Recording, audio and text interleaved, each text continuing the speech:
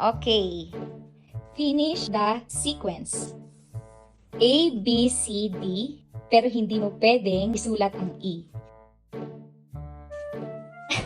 A, B, C, D. Yes, finish the sequence.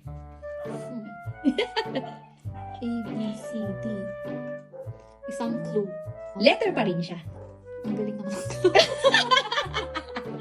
Ang galing ba naman? Galing. Letter pa din siya, pero finish the sequence. Oo.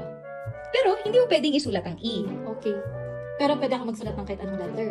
Oo. Oo. Okay. Edi Z. No?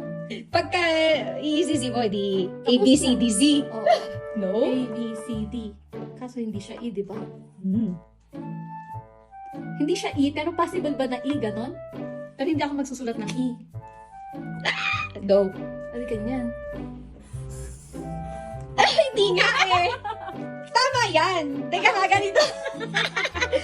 Sige, ganun mo. Ganyan, tapos F. Ah, eh. Yes, mali yung ginawa mo eh. Naman, oh, naging E na siya. Ganyan. Paano ginawa mo kanina? Sige nga, paano Ganyan. Tapos, Ganyan. hindi, Ganyan. hindi F ang ginawa mo kanina. Diba? Baliktad kasi Ah, kaya ganon. dapat. Ah, ganon. Tapos ganyan. Ganyan, ganyan ginawa mo. So, tama ka doon. Pero dapat F siya. Pati yun, F. Okay na. Okay, matalino.